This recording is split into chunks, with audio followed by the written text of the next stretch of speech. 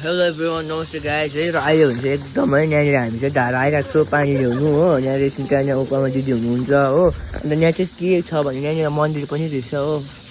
अन्त चाहिँ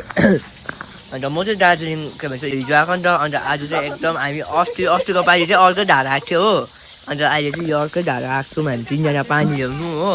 अन्त चाहिँ एकदम रेला बबाल भइदिइरहेको छ हो अन्त जाडो पनि भइदिइरहेको छ र कतिजनाले चाहिँ मलाई के भन्छ आर्मीको लागि सबैले सोध्नु हुँदैछ नि त के कसो छ भाइको भन्दै अन्त मेरो चाहिँ गाइस है मेरो चाहिँ इक्जाम पास भइसकेको रहेछ अन्त चाहिँ मैले अस्ति नोटिफिकेसन पाएँ नि त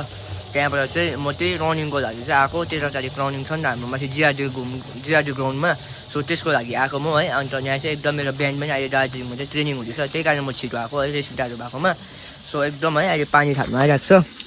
अब त्यो त थाहा भएकै कुरा हो तपाईँलाई होइन दार्जिलिङमा पानीको दुःख चाहिँ कतिको छ भनेर अन्त यस्तै छ होइन जाडो छ विन्टर चाहिँ लागिसकेको रहेछ सबैलाई ह्याप्पी विन्टर